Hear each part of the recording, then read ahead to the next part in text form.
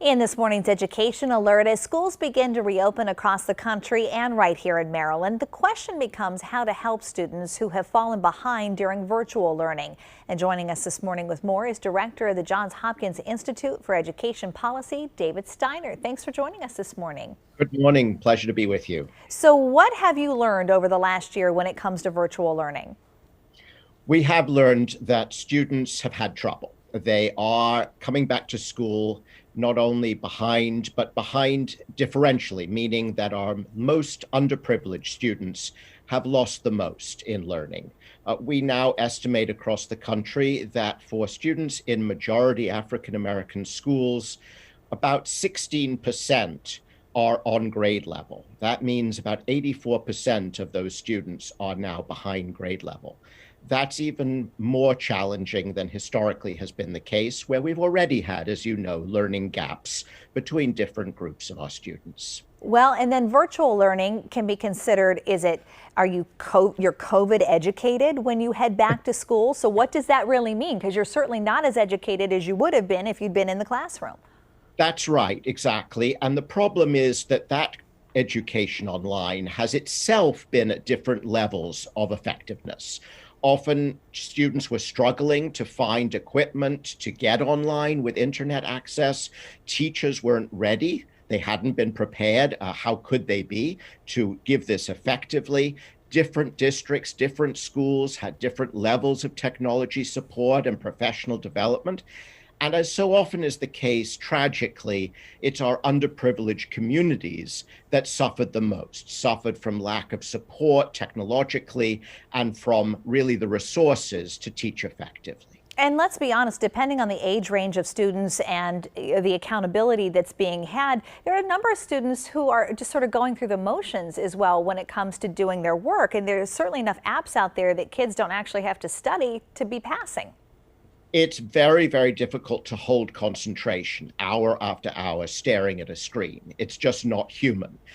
We have missed that social interaction, that one-to-one relationships with friends, that human relationship with teachers.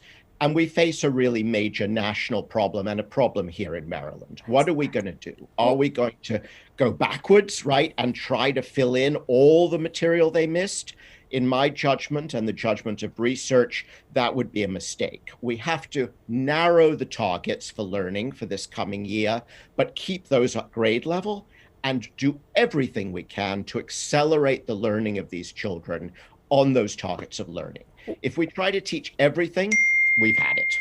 But how do you do that? How do you get the school systems to be on board with that instead of just following a sort of a rote plan that they follow year to year? Right. This is the challenge. You put your finger on it. We have to work together to say we're not going to teach 100 topics in science. We're not going to teach every text we wanted to in ELA. We're going to, instead of doing 5 units, let's try for 3. But let's keep those 3 units at the appropriate level, right?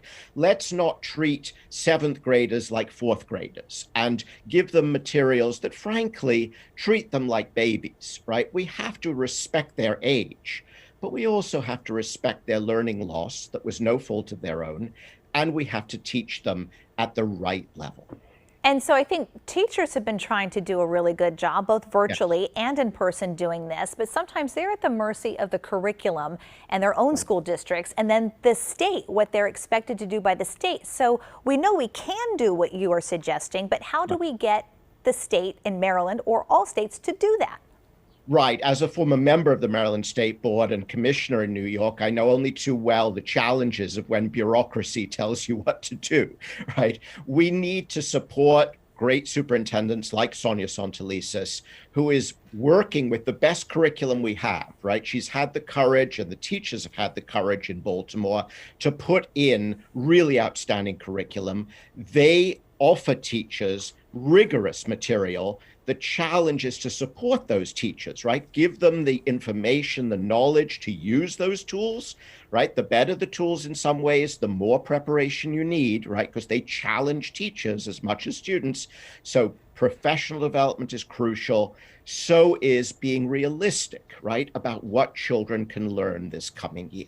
All right, David Steiner, thank you so much for joining us this morning. Really appreciate it. Thank you so much for taking the trouble to look at this topic. You are very welcome.